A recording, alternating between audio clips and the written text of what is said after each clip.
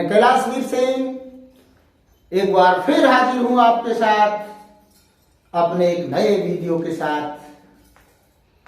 You are most welcome to my YouTube channel Panacea films. आपका बहुत बहुत स्वागत मेरे यूट्यूब चैनल, आपके अपने यूट्यूब चैनल पेनिशिया फिल्म्स में। आज का ये तीसरा लेक्चर वन वर्ड सब्स्टिट्यूशन पर। इससे पहले दो लेक्चर मेरे कंप्लीट हुए। आज ये तीसरा लेक्चर है वन वर्ड सब्स्टिट्यूशन, जो कि छोटा एग्जाम हो या बड़ा एग्जाम हो, हर एक एग्जाम में आपसे पूछे जाते हैं। तो विदाउट एनी डिले आइए दोस्तों शुरू करते हैं आज का topic one word substitution. The very first सबसे पहला वर्ड देखिए क्या है। To send out a man of his own country. To send out a man of his own country. To send out somebody of his own country.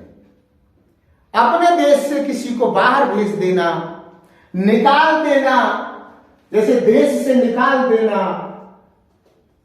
देश से निकाल देना।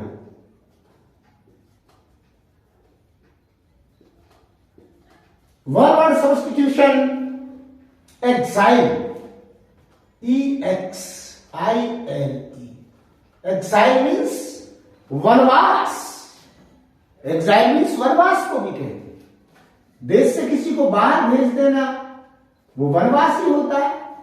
तो to send out a man of his own country, अपने देश से किसी व्यक्ति को बाहर निकाल देना, देश निकाला दे देना, देश से निकाल देना, वनवास कर देना, उसको वन वर्ड सब्स्टिट्यूशन में बोलते हैं दोस्तों एक्साइल। इसके बाद second point, the concluding part. ये वो पॉइंट मैं ले रहा हूं दोस्तों जो मोस्ट इंपॉर्टेंट वंस है, जो ऑफन आपसे एग्जाम में पूछे जाते हैं। The concluding part of a literary work. किसी साहित्यिक कृति का जो अंतिम हिस्सा होता है उसको क्या कहते हैं दोस्तों? The concluding part of A literary work. किसी भी साहित्यिक वर्क का जो कंक्लूडिंग पार्ट होता है, जो लास्ट पार्ट होता है, उसको क्या बोलते हैं? इसका वन वर्ड सब्स्टिट्यूशन होगा ईपीलॉग। EPILOGUE। ठीक है, एक शब्द होता है प्रोलॉग। प्रोलॉग किसी वर्क से पहले लिखा जाता है, लेकिन एपीलॉग किसी वर्क के अंत में लिखा जाता है। जैसे एपीलॉग आपने मार्लो का डॉक्टर फाउस्टस पढ़ा हो, लिटरेचर के दोस्त जानते होंगे, तो उसमें एपीलॉग आता है। Faustus is gone, regard his hellish fall, whose fearful fortune may exhort the wise only to wonder at unlawful things, to practice more than heavenly power permits, something like that। तो epilogue जब conclude करते हैं किसी work को तो उसे हम epilogue कहते हैं, और जब बिगिनिंग होती है तो उसको हम प्रोलॉग कहते हैं। Now to the next one। आगे देखते हैं दोस्तों। Now to the next one। and that is what? Third, a fictitious name, Fictitious, a fictitious name assumed by an author. जब कोई ऑथर किसी लिटरेरी वर्क को लिखने वाला कोई व्यक्ति अपने नाम को छुपाकर अपना वर्क लिखता हो, तो जैसे बहुत से हमारे इंग्लिश स्कॉलर हुए हैं, जैसे जॉन गॉल्सवर्दी अपने नाम से नहीं लिखते थे, जॉन सिंह जॉन के नाम से लिखते थे। मुंशी प्रेमचंद है हिंदी में, जो धनपत राय के नाम से लिखते थे। यानी अपने नाम को एग्जिबिट नहीं करते, बल्कि किसी छुपे नाम से लिखते हैं। तो क्या बोलते हैं उसे? A fictitious name assumed by an author. जब कोई ऑथर अपने नाम को छुपाकर कोई वर्क लिखता है तो उसको बोलते हैं स्यूडोनिम। PSEUDONYM,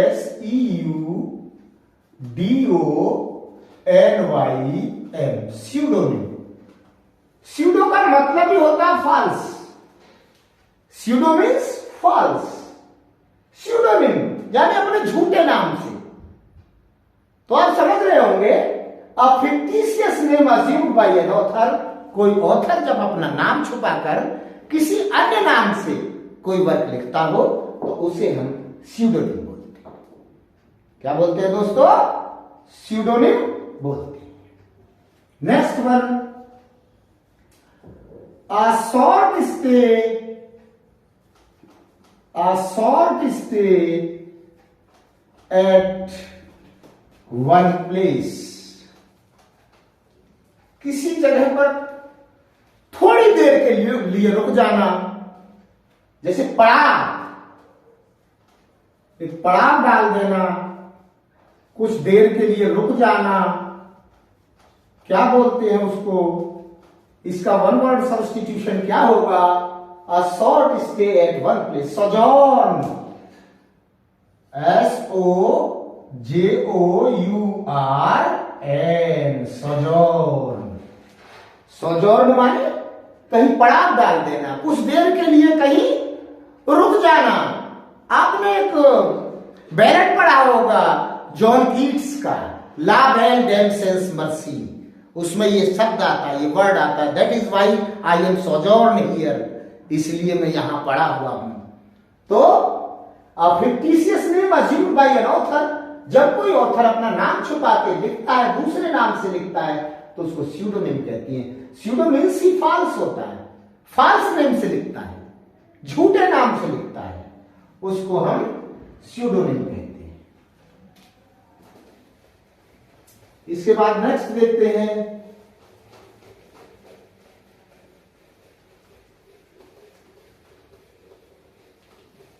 इसके बाद नेक्स्ट देखते हैं,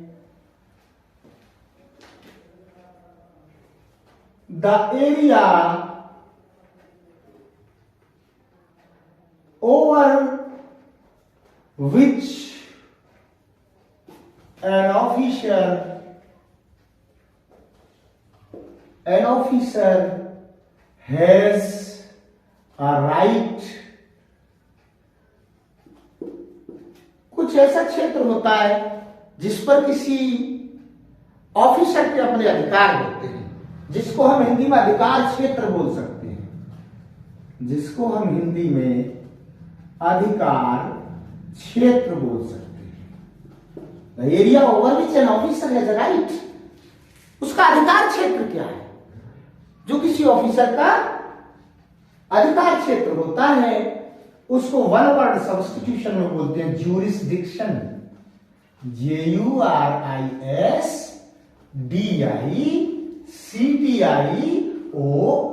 ज्यूरिसडिक्शन, अधिकार क्षेत्र। The area over which an officer has a right, jurisdiction. जैसे कलेक्टर होते हैं, डीएम होते हैं, डीएम कह लो या कलेक्टर कह लो, उनका उस जिले पर एक अधिकार होता है, एक ज्यूरिसडिक्शन होता है, उसको हम अधिकार क्षेत्र कहते हैं। समझ रहे होंगे आप। आगे देखते हैं, one who totally, TOTALLY, totally abstains, ABSTAINS, abstains from liquor, LIQUOR। abstain के बाद from आता है, ये भी ध्यान रखना, ग्रामर में काम आएगा। abstain के बाद हमेशा from आता है। तो one who totally abstains from liquor, कोई ऐसा व्यक्ति जो कोई लिक्वर, शराब इत्यादि का सेवन न करता हो, बिल्कुल न करता हो, not at all, not the least. क्या बोलते हैं उसको? Teetotaller, TEETOTALLER,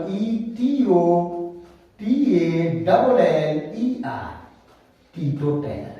टीटोटैलर is one who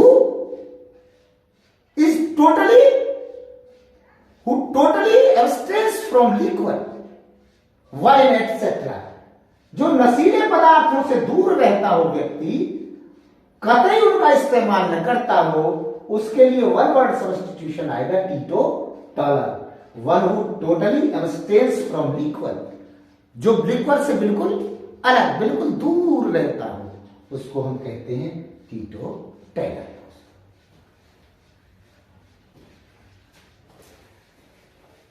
next देखते हैं, नेक्स्ट क्या है? अब नेक्स्ट देखते हैं हम,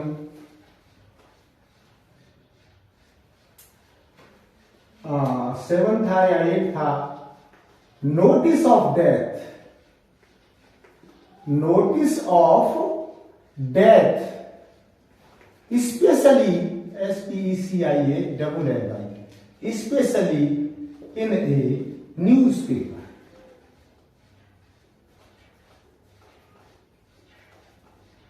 जब किसी डेथ का नोटिस दिया जाता हो, सूचना दी जाती हो एक न्यूज़पेपर के माध्यम से, अखबार के माध्यम से, तो उसको क्या बोलते हैं? ऑबिचुअरी, OBITUARY,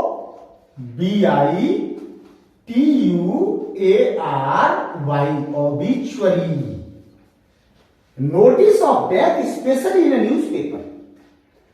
जब स्पेसिफिक रूप से किसी अखबार में, किसी न्यूज़पेपर में कोई सूचना छपवाते, इसे श्रद्धांजलि भी कह देते हैं, एक तरह का होमेज होता है ये, तो इसको हम वन वर्ड में कहेंगे ऑबिचुअरी। डेथ नोटिस, जो डेथ नोटिस होता है उसको हम क्या कहेंगे दोस्तों? ऑबिचुअरी। Must remember. आगे देखते हैं, one who studies about the sky and the stars, one who studies about the sky and the stars, कोई ऐसा व्यक्ति जो आसमान का या ये जो नक्षत्र हैं इनका अध्ययन करता हो, उसको हम क्या बोलते हैं दोस्तों? Astronomer, ASTRONOMER।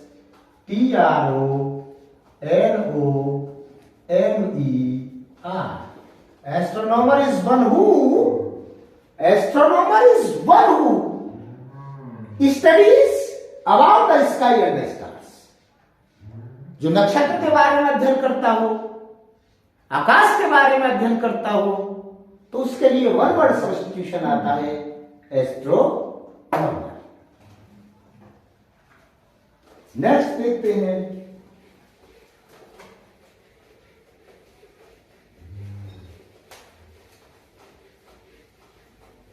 नेक्स्ट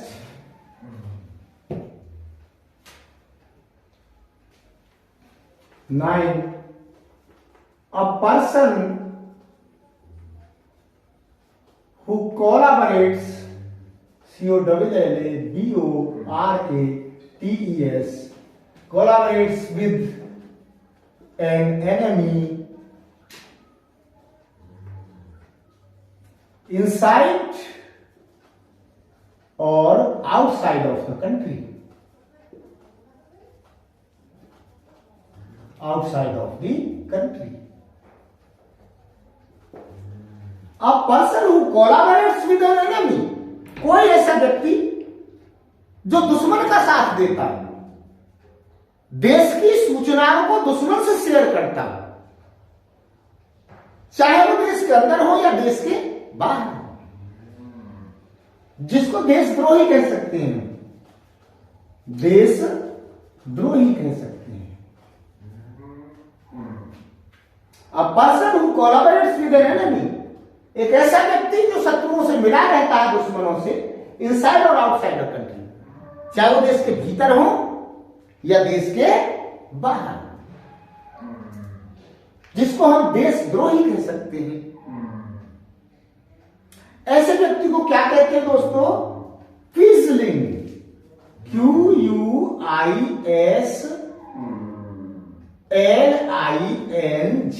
क्विजलिंग। क्विजलिंग क्या है? A person who collaborates with an enemy inside और आउटसाइड द कंट्री, एक व्यक्ति जो दुश्मनों से मिला होता है, विश्वासघात करता है देश के साथ, देशद्रोह करता है, देश की सूचनाओं को दुश्मनों तक पहुंचाता हो, उसे हम क्या कहते हैं? क्विजलिंग बोलते हैं। क्या बोलते हैं दोस्तों? क्विजलिंग। और देखिए, the person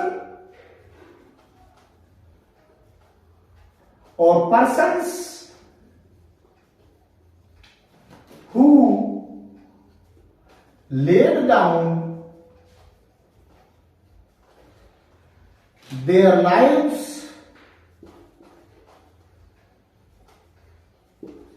for their country,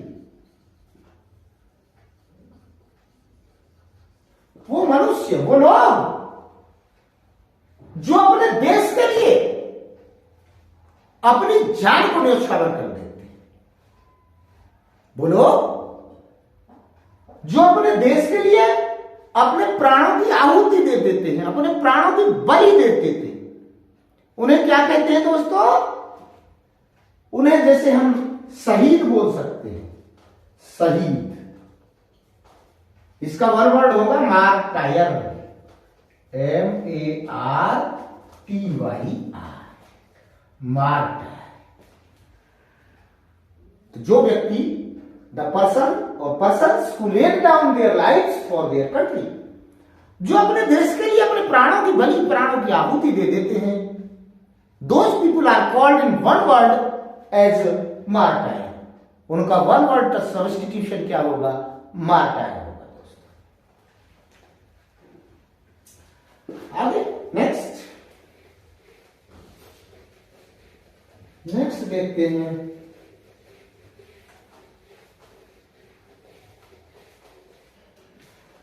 number 11,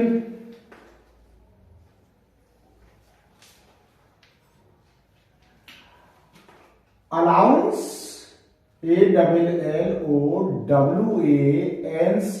allowance paid to a wife after separation, SEPARATION।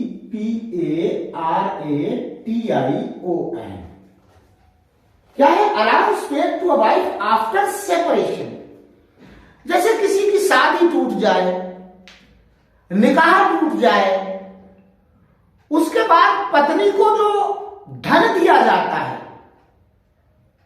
उसे क्या बोलते हैं?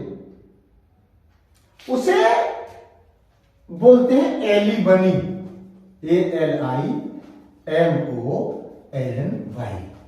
तो ये एलिमनी क्या होता है? जब विवाह विच्छेद हो जाता है, तलाक हो जाता है, डिवोर्स हो जाता है, उसके बाद पत्नी को जो अलाउंस पे किया जाता है, जो अलाउंस पे किया जाता है उसको बोलते हैं एलिमनी। इसके बाद incapable of being seen, incapable of being seen with eyes. इसको एलिमनी, इसको मेहर भी कह सकते हैं, इसको मेहर भी कह सकते हैं। Allowance paid to a wife after separation, alimony that is mehr. जब संबंध विच्छेद, शादी विच्छेद हो जाए, निकाह खत्म हो जाए, तो वाइफ के लिए जो भी कुछ हम देते हैं मेहर, उसको हम एलिमनी कहते हैं। अब आप समझ गए होंगे।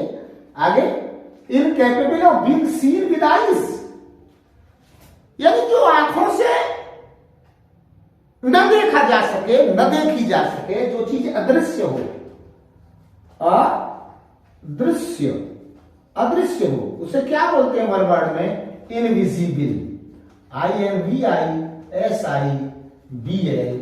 Invisible. Incapable of being seen with eyes, जिसे हम आंखों से न देख पाए, जो अदृश्य हो, उसे इनविजिबल कहते हैं।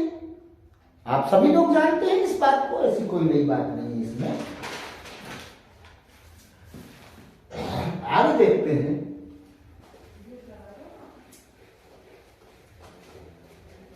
नेक्स्ट, नेक्स्ट क्या है?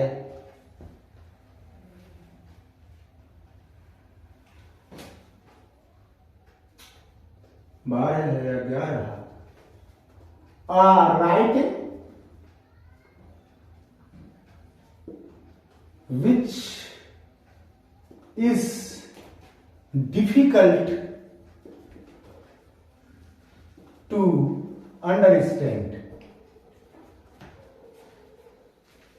or to read। कैसा राइटिंग? जो समझ में ना आए, जिसको पढ़ना मुश्किल हो जाए, उसको हम बोलते हैं इलेजिबल, ILLEGIBLE, इलेजिबल। एक ऐसा राइटिंग, एक ऐसा हस्तलेख जो हमारी समझ में ना आए, जो ना पढ़ा जा सके, उसको हम इलेजिबल कहते हैं। और जो पढ़ा जा सके, जो बड़ा सुंदर राइटिंग हो, उसको हम लेजिबल कहते हैं। इसका ऑपोजिट हो जाता है। इसके बाद incapable of being conquered, CONQUERED,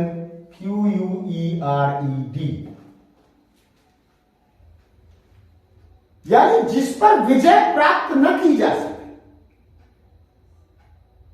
अजेय, अजेय, जिसको जीता न जा सके। इनकैपेबल ऑफ बीइंग कंक्वर्ड, जिसको जीता न जा सके, जिसको हराया ना जा सके, जो अजेय हो, उसको क्या बोलते हैं?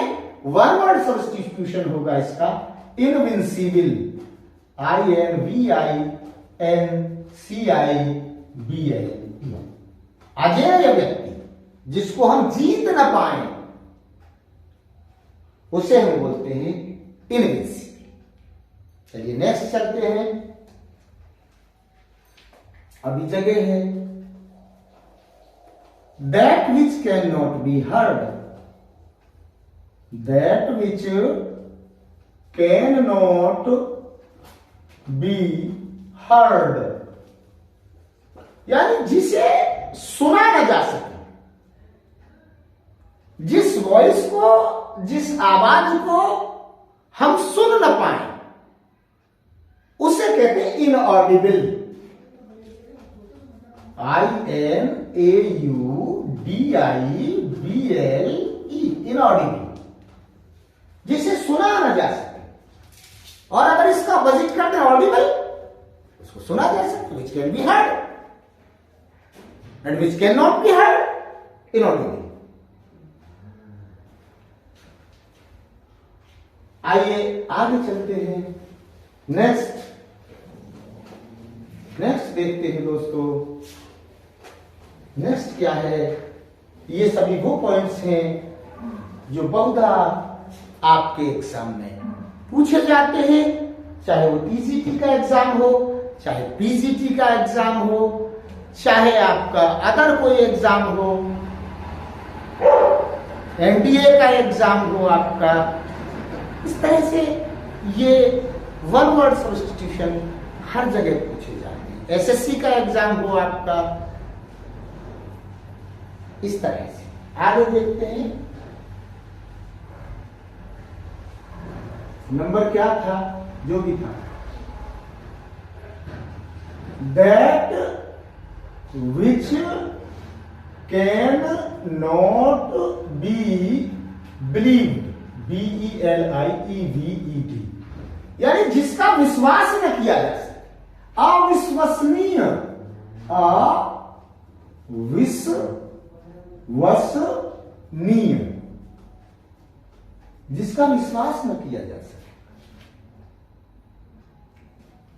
That which can not be believed, कोई ऐसी बात जिसको हम विश्वास न कर पाए, उसे बोलते हैं इनक्रेडिबल, INCREDIBLE,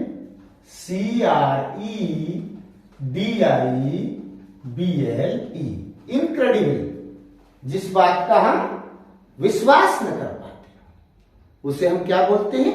इनक्रेडिबल। आगे शायद ये 15 हो सकता है, that which can be seen through, THROUGH, यानी जिसके आर पार देखा जा सके, आर पार देखा जा सके।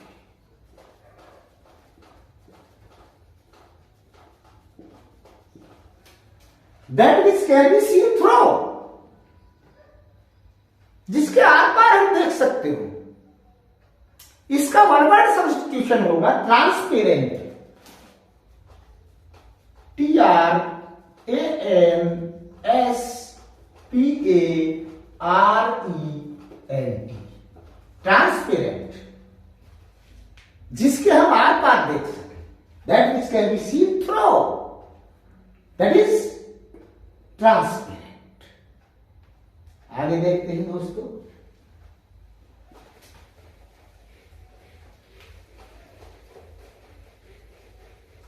नेक्स्ट 16,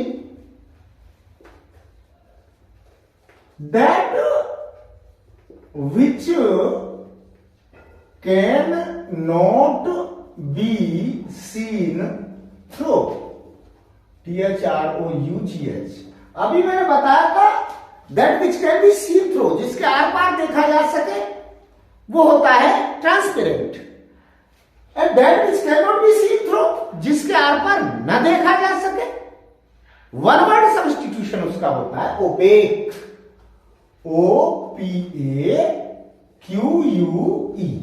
अपारदर्शी। क्या बोलते हैं इसको? अपारदर्शी। आ माने नहीं, जिसके आर पार न देखा जा सके, दैट इज ओपेक, और जिसके आर पार देखा जा सके, दैट इज ट्रांसपेरेंट। यही तो है।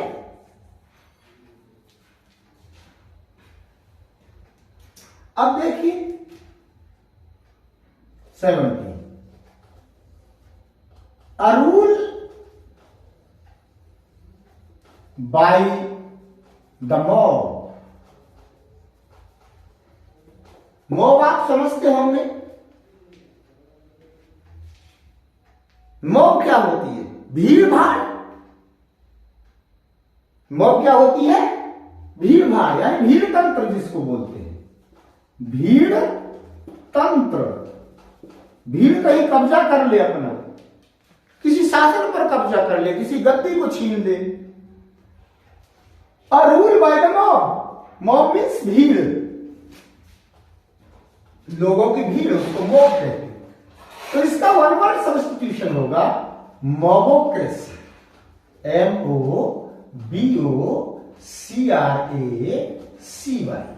मॉबोक्रेसी मीन्स भीड़ तंत्र, मॉब मीन्स भीड़, इसी से निकल कर आता है मॉबोक्रेसी, जिसको हम बोलते हैं भीड़ तंत्र।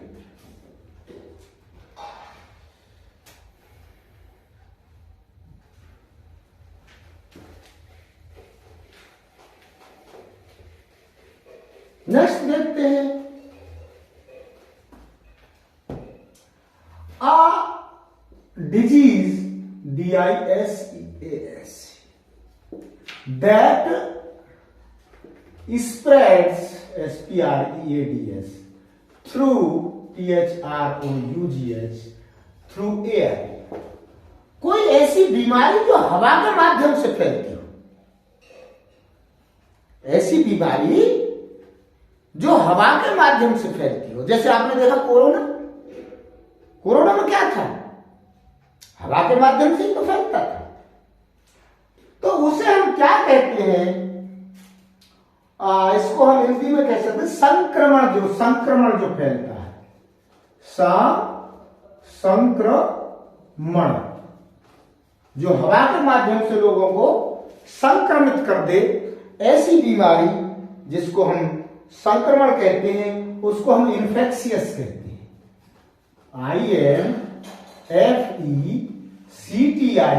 INFECTIOUS सुना होगा आपने, इन्फेक्शियस डिजीज। इन्फेक्शियस डिजीज क्या होता है, जो हवा के माध्यम से फैलता हो, इन्फेक्शन फैलता हो, जिसमें संक्रमण फैलता हो, संक्रमण। तो a disease that spreads through air, उसे हम बोलेंगे वन वर्ड सब्स्टिट्यूशन इन्फेक्शियस हो जाएगी। इसके बाद a disease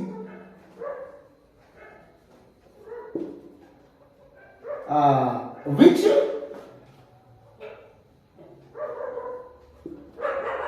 spreads by touch।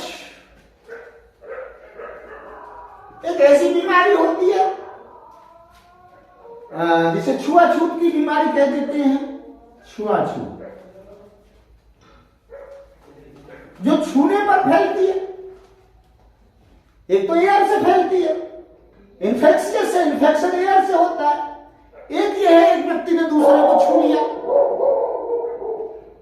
और छूने के बाद क्या हुआ, एक व्यक्ति तो बीमार था और दूसरा व्यक्ति भी बीमार हो गया। दोस्तों, तो ऐसी बीमारी को हम कहते हैं कंटेजियस, CONTAGIOUS, कंटेजियस। तो एक तो संक्रमण हो गया, दैट स्प्रेड्स थ्रू एयर, जो हवा के माध्यम से फैलता है। एक दूसरे को छू लेने से जो फैल जाती है बीमारी, उसे हम कंटेजियस बोलते हैं। छुआछूत से जो संक्रमण होता है, छूने से जो संक्रमण होता है, उसे हम कंटेजियस कहते हैं। दोस्तों, आगे देखते हैं। दोस्तों,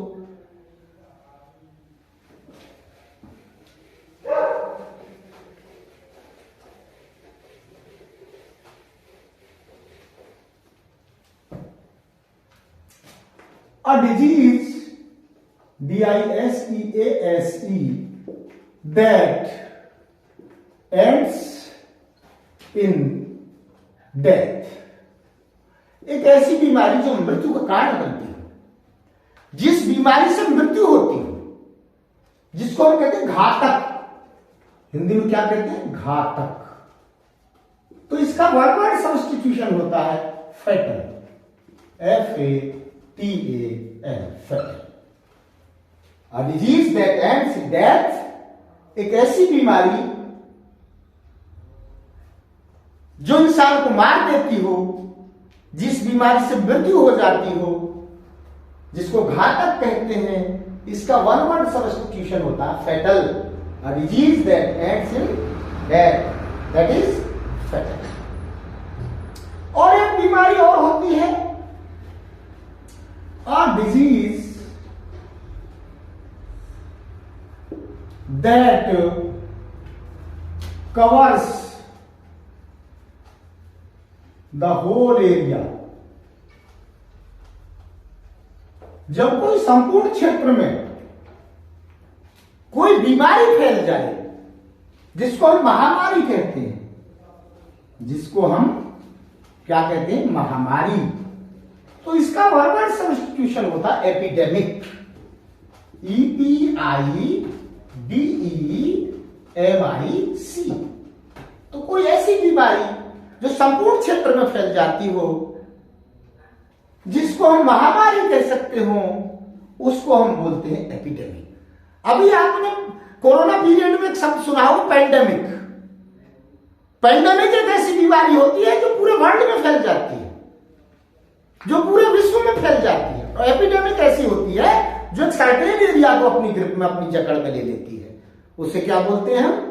उसे बोलते हैं एपिडेमिक या epidemics.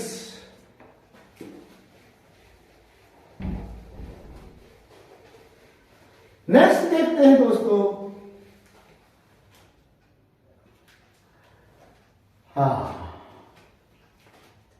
a document that is written by hand or a handwritten और a handwritten। कोई ऐसा दस्तावेज जिसको हाथ से लिखा जाता हो, उसको क्या बोलते हैं? हिंदी में वो कहते हैं पांडुलिपि। पांडुलिपि क्या बोलते हैं उसको? पांडुलिपि। और इसका वर्बल सब्स्टिट्यूशन होगा a document that is written by hand और ए हैंड रिटन डॉक्यूमेंट, जिसको हाथ से लिखा जाता है, जो मूल कॉपी होती है, जो मूल प्रति होती है, उसको हम पांडुलिपि कहते हैं। इसका वन वर्ड सब्स्टिट्यूशन होगा मैन्यूस्क्रिप्ट। MANUSCRIPT। क्या बोलते हैं इसको? Manuscript. A document that is written by hand और a hand written document. Book भी हो सकता है, डॉक्यूमेंट भी हो सकता है, कुछ भी हो सकता है जो हाथ से लिखा गया हो, जिसको हम मूल प्रति कहते हैं, जिसको हम पांडुलिपि कहते हैं, that is known as manuscript. आगे देखते हैं, a person who hates woman और वुमन काइंड।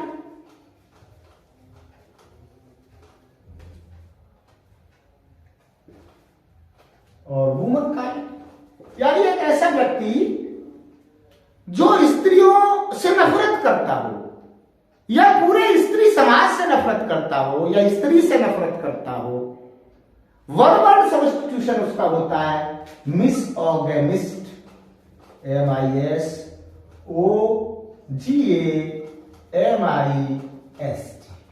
क्या बोलते हैं उसको?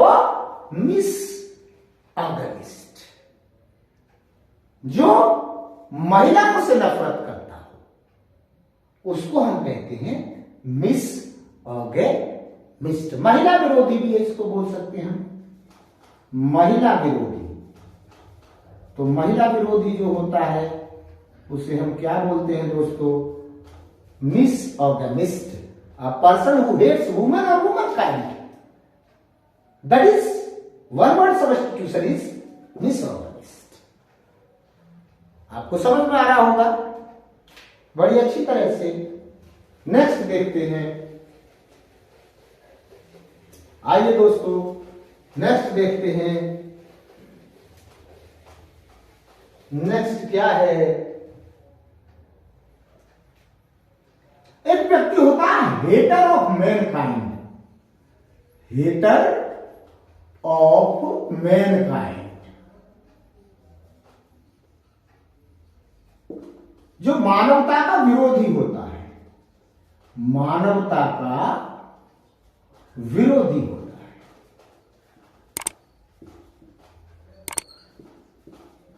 हेटर ऑफ मैनकाइंड, जो पूरी मानवता का विरोधी होता है, हेटर ऑफ मैनकाइंड, इसका वन वर्ड सब्स्टिट्यूशन होगा मिसएंथ्रोपी, MISANTHROPE,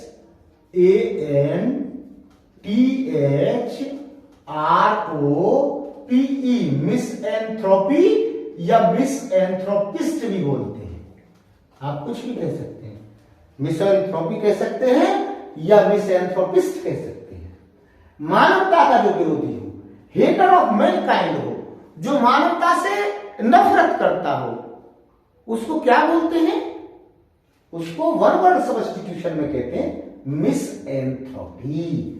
जैसे एक शब्द है एंथ्रोपोलॉजी, देखिए यहीं से आप समझ जाएंगे, ANTHROPOLOGY। एंथ्रोपोलॉजी क्या होता है? मानव विज्ञान या मानव शास्त्र, मानव शास्त्र या मानव विज्ञान, एंथ्रोपोलॉजी। तो एंथ्रो से समझिए आप, यहां मिस लग गया, मिसएंथ्रोपी हो गया, मिसएंथ्रोपिस्ट हो गया, तो यह मानव का विरोधी हो गया, पूरी मानवता का हेटर हो गया, मानवता का विरोधी। एंथ्रोपोलॉजी मानव शास्त्र, एंथ्रो यहां भी है, मिसएंथ्रोपी या मिसएंथ्रोपिस्ट, तो that is hater of mankind. और वन वर्ड सब्स्टिट्यूशन आपका ये, आप समझ रहे होंगे दोस्तों। इसके बाद एक और है a lover of Mankind, a lover of Mankind यानी मानवता प्रेमी, मानवता का जो प्रेमी, मानवता प्रेमी या मानव प्रेमी। जैसे मैंने बोला था एंथ्रोपोलॉजी से आए हैं सब, मानव शास्त्र, मानव विज्ञान, तो ये मिस लग गया, मिसएंथ्रोपी या मिसएंथ्रोपिस्ट हो गया, तो ये हेटर ऑफ मैनकाइंड हो गया। और अ लवर ऑफ मैनकाइंड क्या होता है? फिलैंथ्रोपिस्ट। इसको क्या बोलेंगे? Philanthropist, PHILANTHROPIST, philanthropist. Misanthropist, mis लग गया तो ये मानव विरोधी हो गया, और फिलैंथ्रोपिस्ट ये मानवता या मानव प्रेमी हो गया। और एंथ्रोपोलॉजी मानव से संबंधित होता है, मानव शास्त्र होता है, एंथ्रो इसमें भी है, एंथ्रो इसमें भी। समझ रहे होंगे आप, आई होप सो। मैं ऐसी आशा कर सकता हूं, ऐसी आशा करता हूं कि आप लोग बड़ी भली भांति, बड़ी अच्छी तरह से इस कंटेंट को समझ रहे होंगे। आगे देखते हैं बेटे, आगे देखते हैं। एक नया वर्ड आया यार, animals, animals which live in water. Animals creature, कुछ ऐसे जीव, कुछ ऐसे जानवर जो पानी के अंदर ही रहते हो, क्या बोलते हैं उनको? जलचर, जिनको हम जलचर कहते हैं। जलचर जो जल में ही रहते हो, तो इसका वन वर्ड सब्स्टिट्यूशन होता है एक्वेटिक, AQUATIC, एक्वेटिक। और एक बात और ध्यान रखें आप, जो भी जिस शब्द की भी स्पेलिंग, ध्यान रखने वाली बात है, मस्ट रिमेंबर, जो भी वर्ड वोवेल से शुरू होगा उसके बाद यू जरूर आएगा और फिर दोबारा एक वोवेल जरूर आएगा। जैसे एक्वेटिक, ए वोवेल से शुरू है, क्यू, यू, ए, यू आया फिर ए आया, एक्वेटिक। तो वोवेल से शुरू होने वाले शब्द यू जरूर लेते हैं।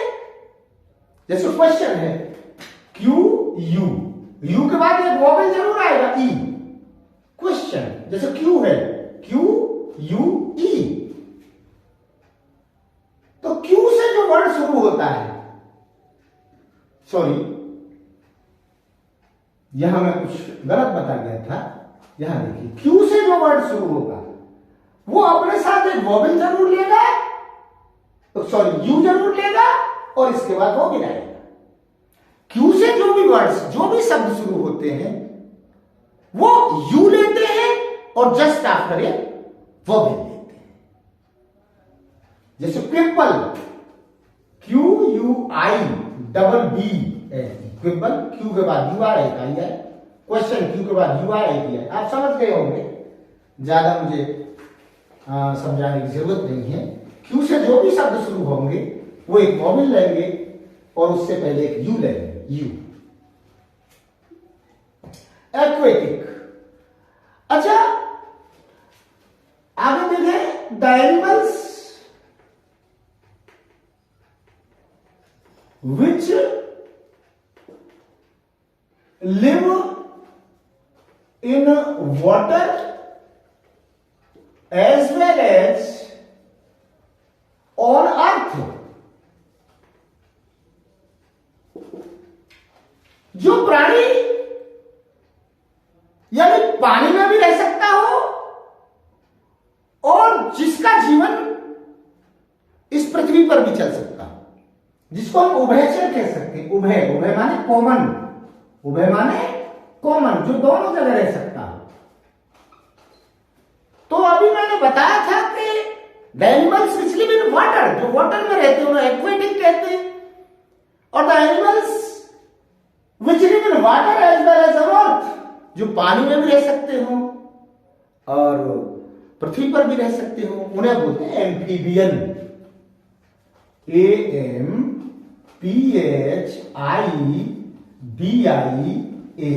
क्या बोलते हैं उसको? एम्फीबियन, जो दोनों ही जगह रह सकते हैं उसे हम बोलते हैं एम्फीबियन दोस्तों। इसके बाद आगे देखते हैं, the animals living on vegetables, VEGETABLES, ऐसे जानवर, ऐसे प्राणी, एनिमल्स का मतलब प्राणी भी होता है, जानवर भी होता है, ऐसे जानवर या ऐसे प्राणी जो केवल वनस्पति पर निर्भर रहते हो, केवल वनस्पति ही खाते हो। तो ये तो बड़ा इजीएस्ट वन है, वेजिटेरियन जिसको हम बोलते हैं, VEGETARIAN,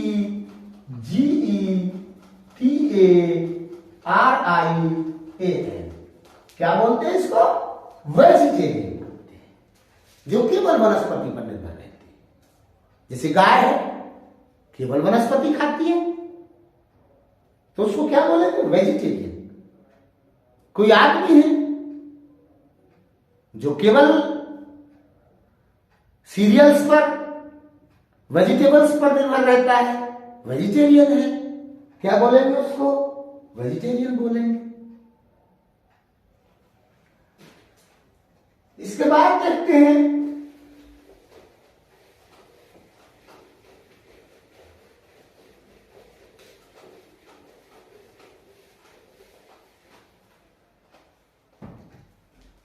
living on grains, LIVING, living on grains, GRAINS, यानी जो केवल सीरियल्स, अनाज खाकर जिंदे रहते हैं, उन्हें क्या बोलते हैं? ग्रेमिनिवरस, GRAMINIVOROUS,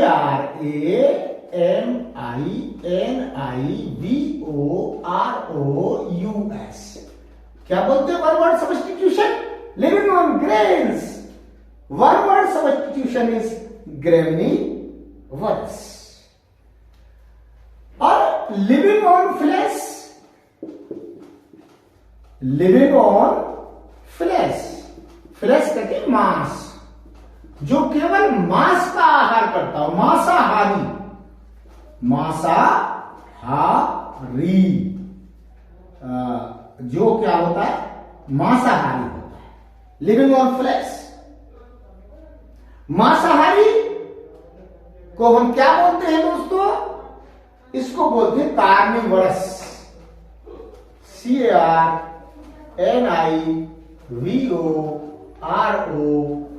CARNIVOROUS, कार्निवरस। तो living on grains graminivorous, living on flesh carnivorous. जो मांस पर ही निर्भर करते हो जीव उनको कार्निवरस कहते हैं। जो मांसाहारी जीव होते हैं जैसे शेर है, कुत्ता है, बिल्ली है, जो मांस का वो भक्षण करते हो वो मांसाहारी होते हैं। इसके बाद है एक और है, one who Yeats human flesh. ये भी बड़ा विचित्र बात है। यानी कोई ऐसा प्राणी जो मनुष्य का मांस खाता हो, जिसको नरभक्षी कहते हैं, नरभक्षी, तो उसका वन वर्ड सब्स्टिट्यूशन क्या होगा? Cannibal. As far as I remember, जहां तक मुझे याद है, CANNIBAL, उसका वन वर्ड सब्स्टिट्यूशन होता है कैनिबल, नरभक्षी। क्या बोलते हैं इसको? जो ह्यूमन फ्लेश खाता है उसको कैनिबल कहते हैं। और देखिए आगे नेक्स्ट पॉइंट है,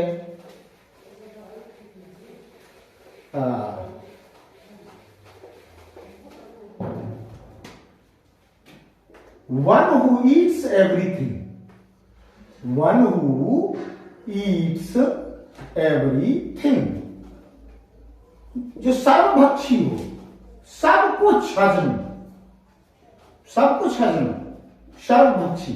इसको क्या बोलते हैं? ओमनिवरस, OMNIVOROUS, जो सब कुछ खाता हो, दैट इज नोन एज ओमनिवरस। अब इसके बाद कुछ पॉइंट्स और हैं दोस्तों, ये बड़े सेलेक्टिव पॉइंट्स हैं जो अक्सर आपसे एग्जाम में पूछे जाते हैं। मैं दोबारा फिर रिपीट कर रहा हूं, चाहे वो एसएससी का एग्जाम हो, सीजीएल का एग्जाम हो, सीएचएसएल का एग्जाम हो, एनडीए का एग्जाम हो, टीजीटी का एग्जाम हो, पीजीटी का एग्जाम, कोई भी एग्जाम हो, ये वन वर्ड सब्स्टिट्यूशन हर जगह आपसे पूछा जाता है। इसलिए मैंने कुछ सेलेक्टिव वन वर्ड सब्स्टिट्यूशन जो अक्सर एग्जाम में आते हैं, मैंने जिसको देखा है उनको मैंने सेलेक्ट किया है और आपके सामने मैं इसको पेश कर रहा हूं। आगे देखते हैं दोस्तों,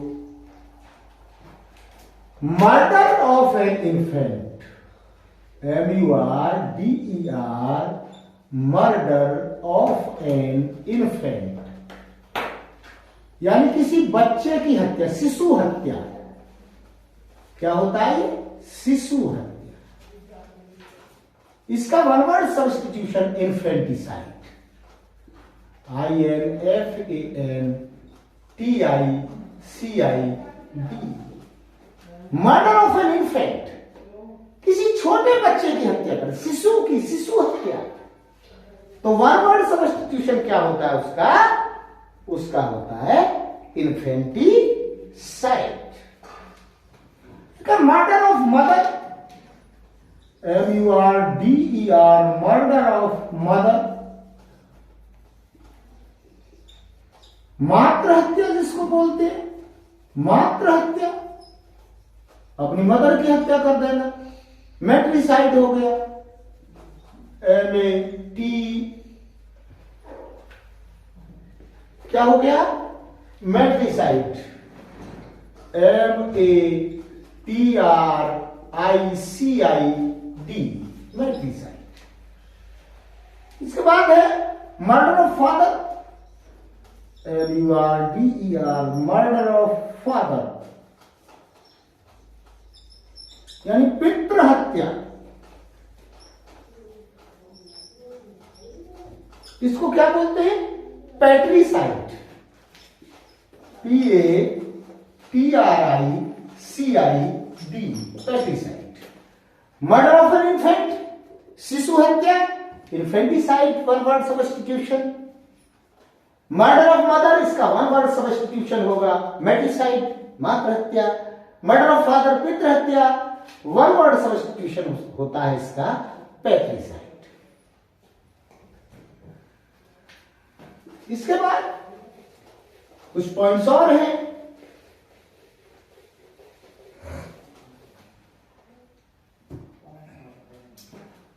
मर्डर ऑफ ए क्वीन और ए किंग, यानी राजा की हत्या, राज हत्या, किसी किंग या क्वीन की हत्या कर देना, इसको वन वर्ड सब्स्टिट्यूशन बोलते हैं रेजिसाइड, REGICID। इसका वन वर्ड सब्स्टिट्यूशन होता है रेजिसाइड।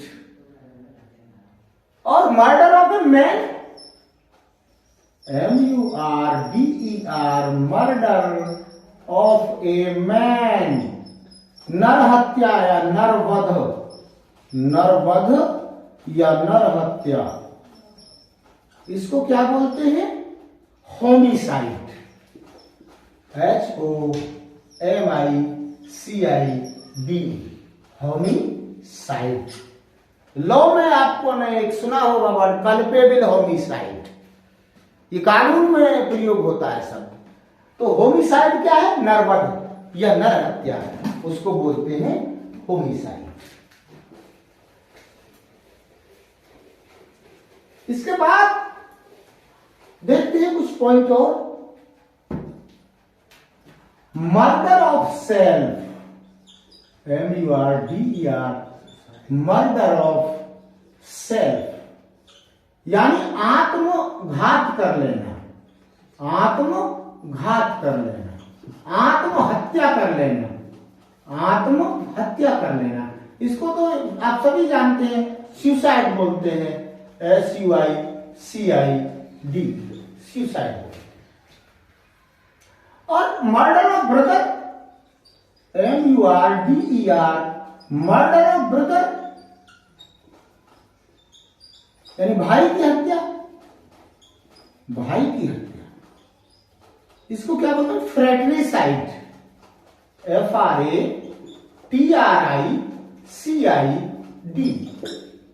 फ्रैट्रिसाइड।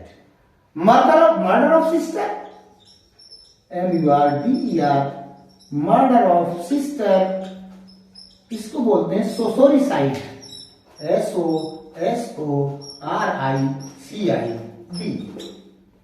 तो देखिए, murder of self suicide, murder of brother फ्रेटरिसाइड।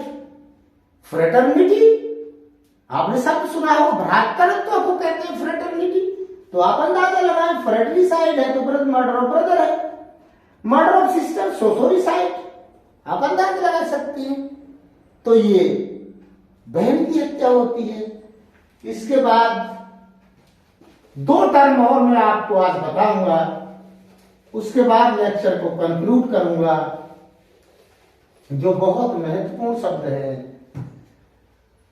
Murder of a master, यानी गुरु हत्या, गुरु हत्या, अपने गुरु की जो हत्या करते, किसकी जो हत्या करते? गुरु की। बड़ा टिपिकल वर्ड है। बाकी तो साइड आप समझते होंगे, सुसाइड आप जानते होंगे, फ्रेटरिसाइड आप जानते होंगे, मैट्रिसाइड आप जानते होंगे, पैट्रिसाइड आप जानते होंगे, लेकिन ये बड़ा टिपिकल वर्ड आता है, मर्डर ऑफ मास्टर, गुरु हत्या।